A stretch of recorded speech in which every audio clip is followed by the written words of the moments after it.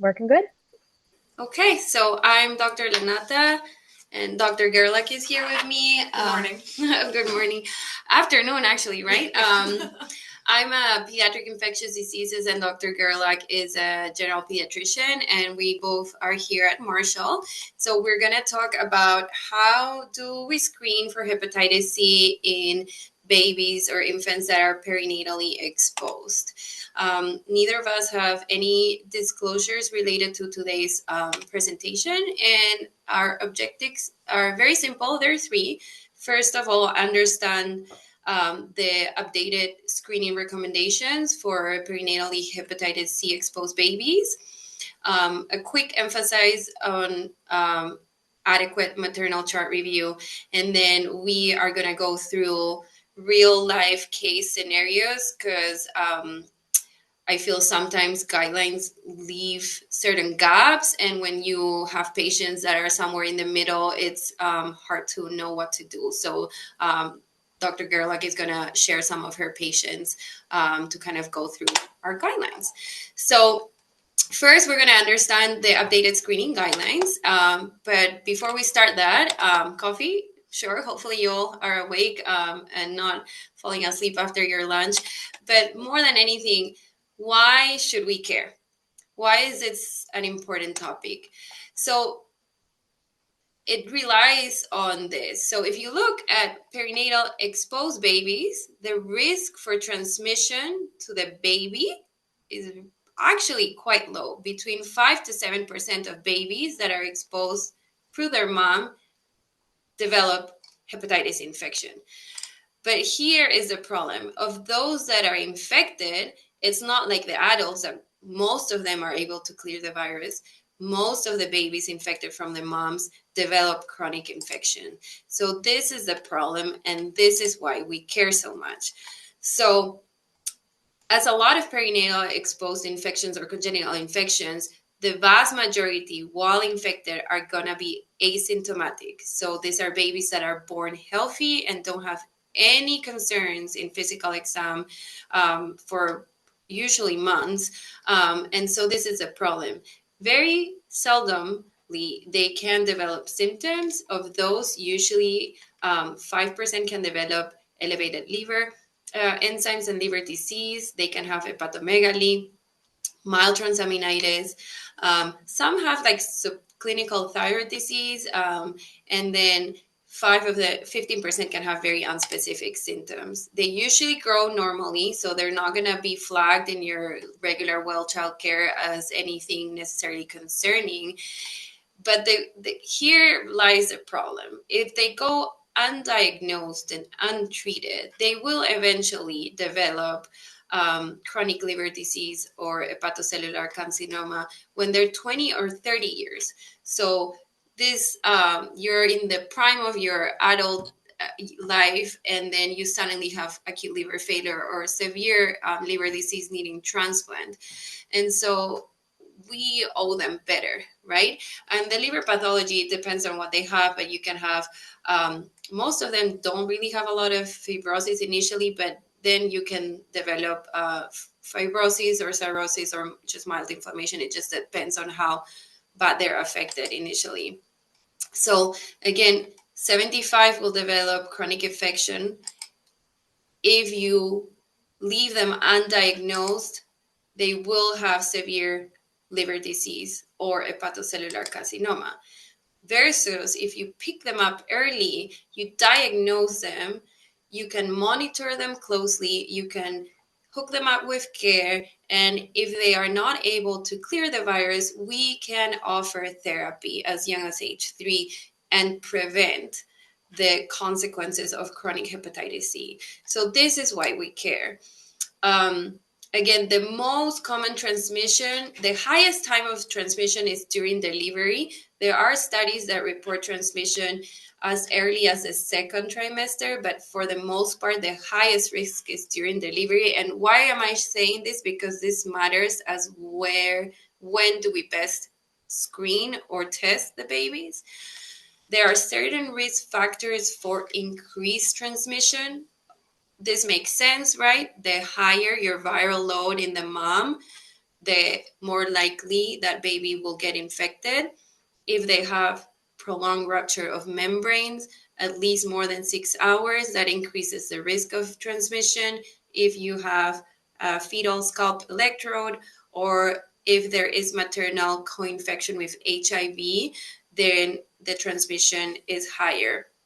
And for this virus, conversely to HIV, which we're more familiarized, I believe, vaginal or cesarean deliveries have similar transmission. So this is never an indication for a C-section. So just to clarify that. And then in regards to breastfeeding, it is generally safe and it is not contraindicated just for hepatitis C. Now, of course, if mom is co-infected with HIV, that's a separate situation. So the key of this talk, or why we are where I want to focus, is understanding the testing and what is the preferred way of testing these babies. So there are two different types of tests, and I know you've heard that a little bit before. You can test antibodies, right? It detects immunity to the virus, or you test for the RNA PCR, which looks for the virus itself, right?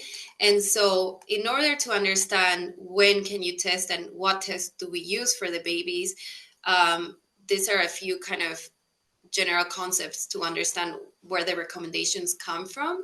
So how soon after you get exposed to the virus can you get antibodies, right? So how long does it take to you have seroconversion? It's between 8 to 11 weeks and ranges 2 to 6 months.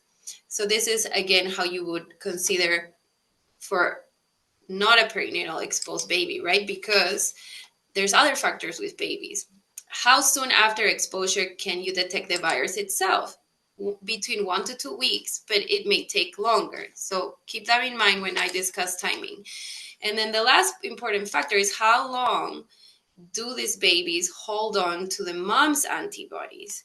And so this is why, even though you can seroconvert between 2 weeks to 6 months after you get infected, most children carry those mothers' antibodies around, until around 18 months of age.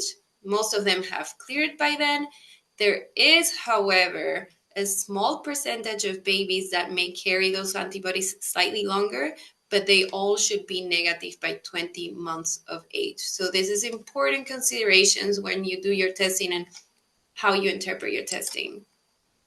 The old recommendation was to just do serology, so test for antibodies at 18 months of age, where the vast majority of babies have cleared the maternal antibodies. There was a comment in the Red Book that you could do NAT or PCR testing to look at the virus itself between 2 to 6 months when there is concern for follow-up, family is not willing to worry, or if therapy becomes available for younger infants, which again, for now, we can treat as young as 3.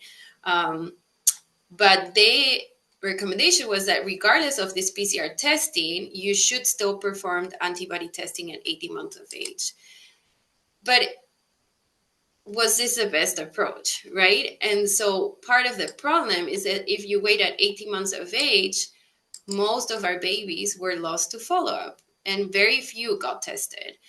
And why is this a problem? Because again, missed opportunities. We were not catching up our infected babies. Therefore, we can't identify those that have trouble clearing the virus, and we would not be able to offer them therapy to prevent chronic disease. So that was the problem, the bulk of the problem with the old recommendations. And before I tell you the new ones, I do wanted to kind of share where our new recommendations come from, right? In my always in life, when I understand things, they make better sense and I remember them. And I always like to know what data supports our change in policies or in guidelines, right? So this was a pivotal study that kind of looked closer at early PCR or nucleic acid testing for perinatally exposed babies. So they basically at Nationwide, they had been doing this type of testing for a long time, and you can see in 10 years. So they started or a little bit over, I guess. But from 2008 to 2018, they identified 810 babies that had Hep C RNA testing. They excluded some when the testing was not related to perinatally exposure. And so they ended up with an N of 770 perinatally exposed babies. Of those, 28 were positive at between in the early testing, and 742 were negative. Again, this makes sense, right? A very small percentage are going to get infected. Of those, one was excluded for lack of follow-up testing in order to assess the test itself, because they wanted to look at negative and positive predictive value. But basically on repeat, these were still positive. So they were identified as true positive, true infected babies. Of the ones that had negative early PCR testing, 516 were basically lost to follow-up. They either were too young to have serology, or most of them were older, but there was no serology done above 18 months of age that they could identify in the system. They could have moved, but I could argue this is a very big portion of babies to then suddenly move out of the system, or out of state to not have testing in their own system. Of those that did get their antibody at 18 months of age, there were only 226.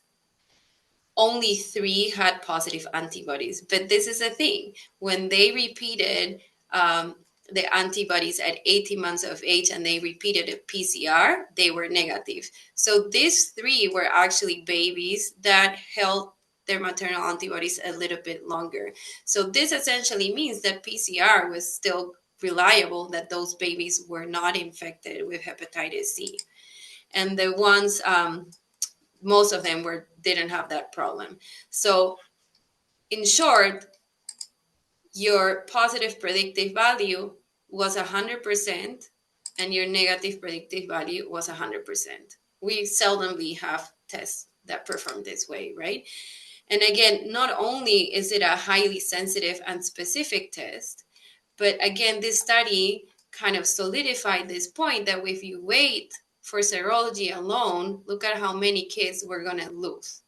And so this is the key of why we've shifted for earlier testing. And as we have discussed in prior sessions, most of these kiddos are in foster care.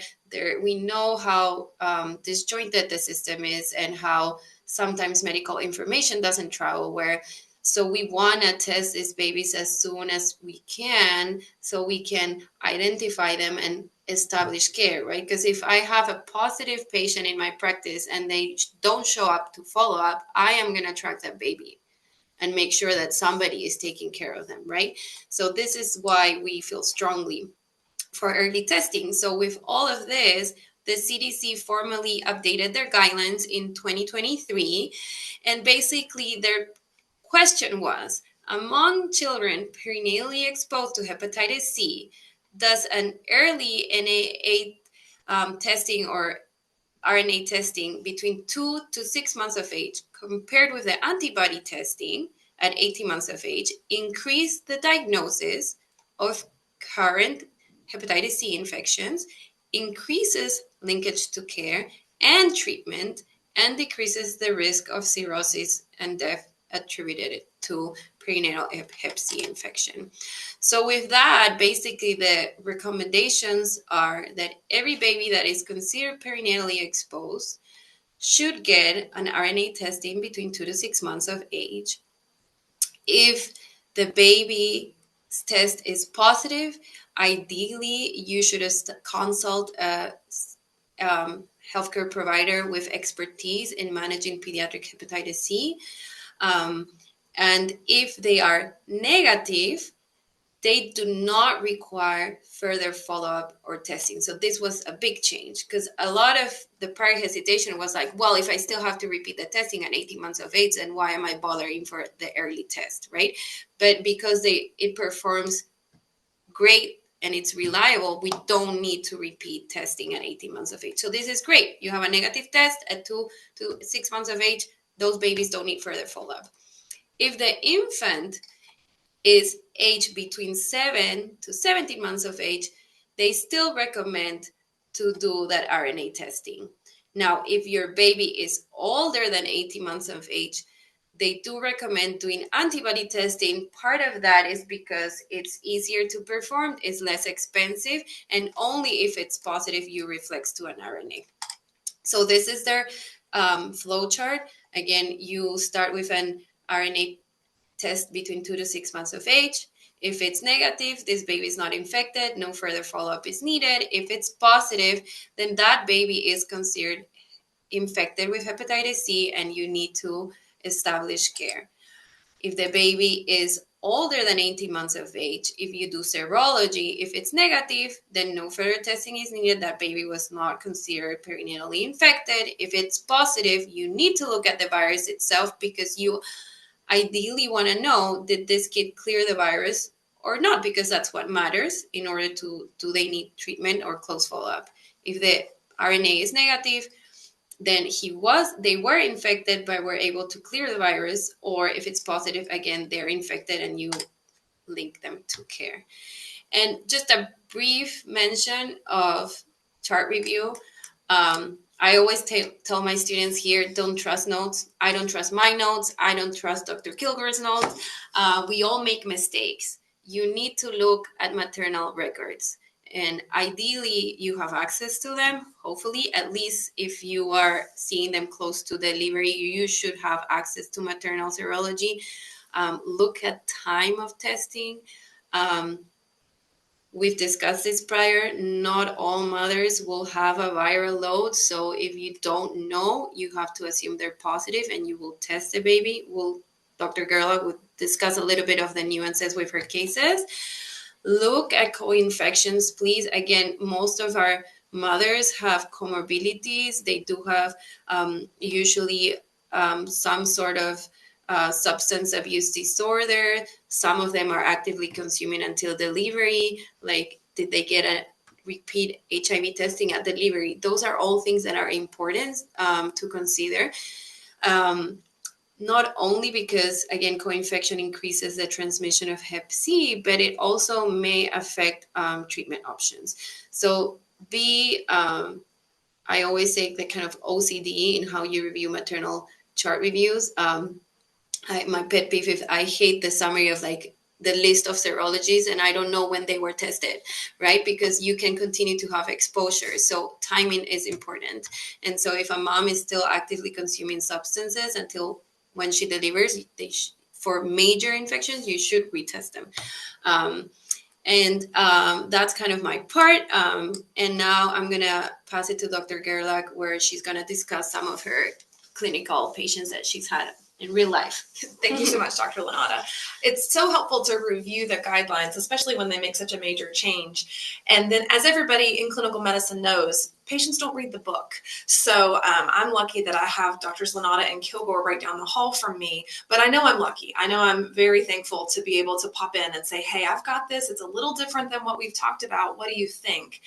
So hopefully today you guys will get the benefit of that expertise on this call. All right, so case one, and I would appreciate if you guys have thoughts, just shout it out. If this can be as interactive as possible on Zoom, that would be great. Case one is a newborn male born to a 36-year-old G3P3 mom via repeat C-section at 39 weeks gestation. Her pregnancy was complicated by a couple things: preeclampsia, hypertension, history of substance use disorder. This particular mom had chronic hepatitis C with a negative viral load thanks to appropriate treatment prior to her third pregnancy. So in this situation, mom has had some health problems in the past, but she's received treatment for the hepatitis C that she did have. So what would you do as the doctor or clinical provider in that setting? What do you guys think? Is she still sober, or is she currently using, or was she using during the pregnancy? That's a great question. She was sober for this pregnancy. She actually, with her second and third pregnancies, was able to complete treatment and stay in a really great spot.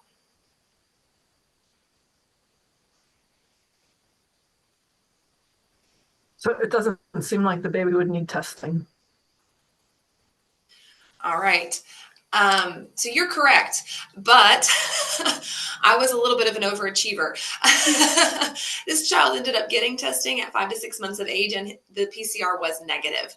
So we'll go through the recommendations on this, but you're right.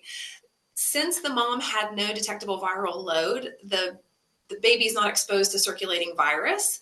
So this particular child would not have needed testing based on guidelines.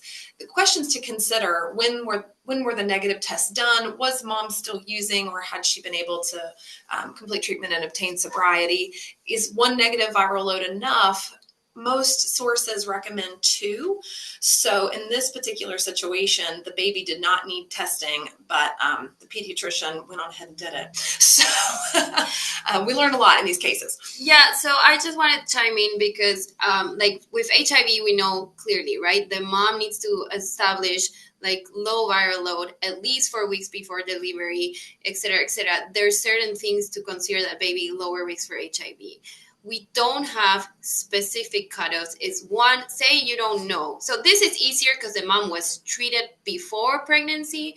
And so it's an easier scenario. But what if you get a random mother with poor prenatal care, suddenly has antibodies positive, and you have one negative viral load at time of delivery? So because we have data that you could transmit on second and third trimester, when did this person clear? Most of the time that baby would probably be okay, but there's no consensus. So most experts, I kind of reached to other PID providers to see what they're doing. Most people would want at least 2 negative viral loads, and ideally one like closer to second or third trimester, not just one randomly, right? So when in doubt, you can always test, but this one is an easier scenario because mom was treated prior pregnancy and had more than one test showing clearance of the virus.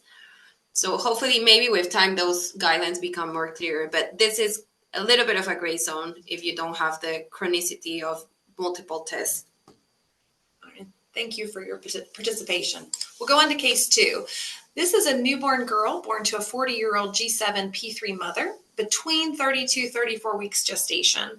Pregnancy was complicated by no prenatal care, a home delivery, and maternal substance use disorder with heroin use in the last 24 hours, and mother has chronic hepatitis C. In this particular situation, the patient was lost to follow-up in the foster care system. So you are in your office on a Tuesday, and this particular patient shows up for her 18-month well child check. What would you guys do? What's your next best thing?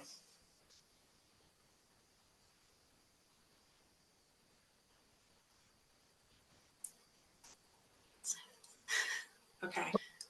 Assuming we have records, get an antibody test. Assuming we know that history. Yes. Which sometimes you're in the foster care system, you don't even know that. But anyway. Sometimes you know, sometimes you don't know, right? In this particular situation, we're flying blind. So at the 18-month visit, went on ahead and obtained the hepatitis C antibody, which was positive. This particular patient's count was about 30 million. And because the patient was lost to follow-up, no PCR was obtained at the 2 to 6 month well child checks. So just wanted to kind of point this case out.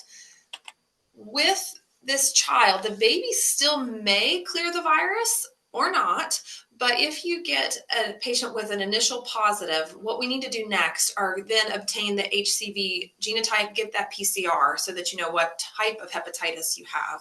Obtain LFTs, a CBC with diff, and also that's another time to test for HIV because of the rise in co-infection. This is a good case to also talk about the question that I feel like as a general pediatrician, I get all the time in these situations. What do you do for transmission and prevention? Because especially when children are in the foster care system, if you get a positive HCV test come back, the families that they're with are very worried about this. So the information we try to give them are, you don't have to go telling school or daycare, but you do have to observe universal precautions. You have to make sure that you're not sharing toothbrushes, razors, nail clippers. If the child would have bloody nose, cut their face, children are clumsy. You do need to use gloves and dilute bleach to clean it up, but you need to treat this exposure like you would exposure with any bloodborne pathogen. Those of us on this call know what I mean when I say that. So, I absolutely have to use this in layman's terms. If there's any blood or potential for blood exposure, you need to put on gloves and bleach and just don't share really, toothbrushes and razors, that kind of thing. If they are with their biological parent, it's a good time to talk about, hey, how are you feeling? What's your health like? Have you ever thought about getting treatment before, and having that conversation? And then we also always and forever want our patients to be appropriately vaccinated for the hepatitis that we can. If in this particular situation with extremely high viral load, or really, if you have access, early GI referral is helpful, especially in these situations. A high ALT, over 250 for 2 visits, 6 months apart, or 1 ALT over 200. If the child has any other liver disease, fatty liver, another type of hepatitis, or high bili, we can also obtain liver ultrasounds. And if they would have an AFP or thrombocytopenia, these would be situations where, we know with this, there's a little bit of time, but if any of these things on this list, we want to consider an early GI referral. Yeah. Okay. Just an additional consideration for this child. If this kid remains positive, we need to talk about treating them by the time they turn 3. That's when it can be done.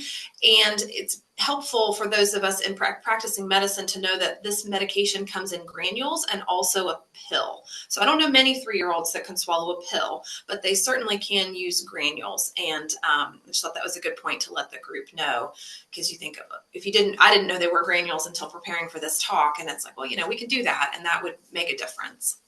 Any questions on case 2 before we move on? This is Jennifer Boyd again. I have a question, and this is just based on my experience with the foster care system. So if you saw this child and you knew that the mom had a history of IV drug use, but you didn't know about her hepatitis C, would you test the child with antibody testing?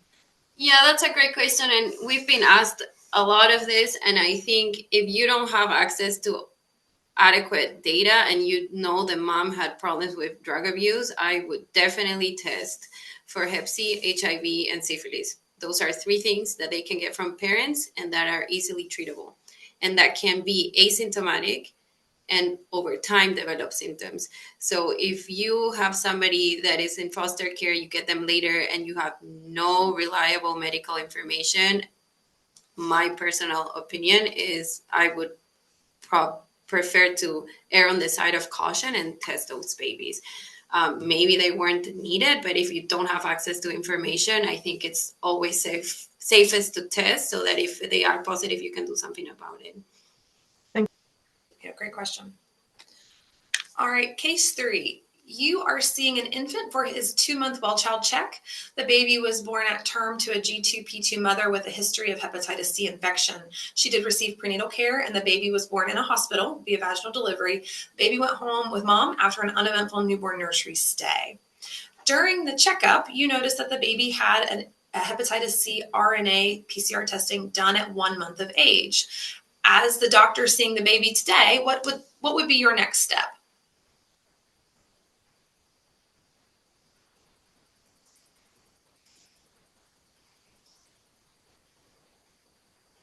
And that PCR at 1 month was negative. Yeah. That was my question. Yeah. I would repeat it 2 months. Perfect. Awesome. You get to be right. So 1 month is the 1-month-old is not old enough for this test to be reliable. It really is too early for the testing. This is a situation where we would repeat the testing from 2 to 6 months. And it's just too soon for the test to be reliable. So yes. Short case, but important point. Right. And again, that's why, if you see, you can become viremic as early as 1 week after exposure, but they can be lagging. So you want to ensure that your test has that 100% negative predictive value. And at least for now, we have the data to support that between 2 to 6 months of age. I don't know if along the years, if the further research is done, we can see if it's reliable at 1 month. But for now, we don't have that information. So if it's done too early, you should repeat it within the appropriate windows. All right, case 4. This is a 9-month-old male who presents to your office for his well-child check. The child is with a new foster family after being placed in the foster care system within the last week. Luckily, the child was born at your local hospital and you can obtain birth records. So you're able to find with your own eyes that he was born at term to a G5P4 mother via vaginal delivery. She was negative for Hep B and HIV, but positive for hepatitis C. So you have no evidence in your system that the baby has been tested for hepatitis C in the past. What is the best test to order for this 9-month-old?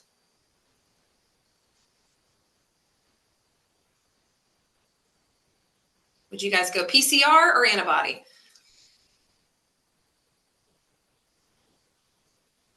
PCR.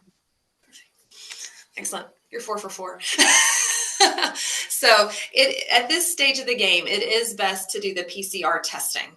And, luckily when I agreed to do this talk, I was able to come up with all these clinical scenarios just by thinking about who I've taken care of. So, luckily for this particular situation, we had access to the records. The trouble is, and those of you guys practicing in the state know, you don't often have that information. So I think it was good when we talked a couple minutes ago about what if you don't have the records. Your best bet is to err on the side of testing the child to make sure that they are negative. All right, this is our last and final case.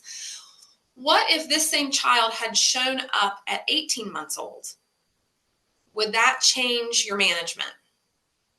He was exposed and has not had any prior testing. What test would you choose for an 18-month-old?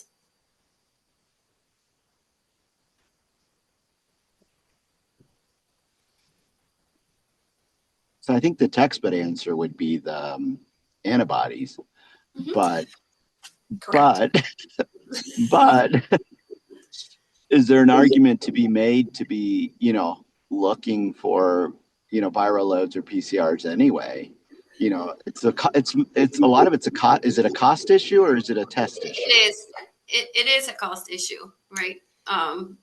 Yep. So if those antibodies are positive, say you follow the algorithm, you do what we've talked about doing today, which is if they're 18 months old, you would get your antibody test. If they're positive, what's your next best step? Then you do a viral load, right? Yes, yeah, absolutely. That's when you would get your RNA PCR. And at this point, if those antibodies are positive and the PCR is negative, then that means the child was not infected. So the recommendation would be to repeat the antibody testing at 24 months of age. No, sorry. Yeah. No, this is it's a hypothetical of understanding. So you have 2 scenarios for this patient. Either it was never infected, right? And that's when, if you repeat the antibodies of that baby at 24 months of age, this was a small percentage of kiddos that hold on to their maternal antibodies a little bit longer. So that baby could have been never infected, or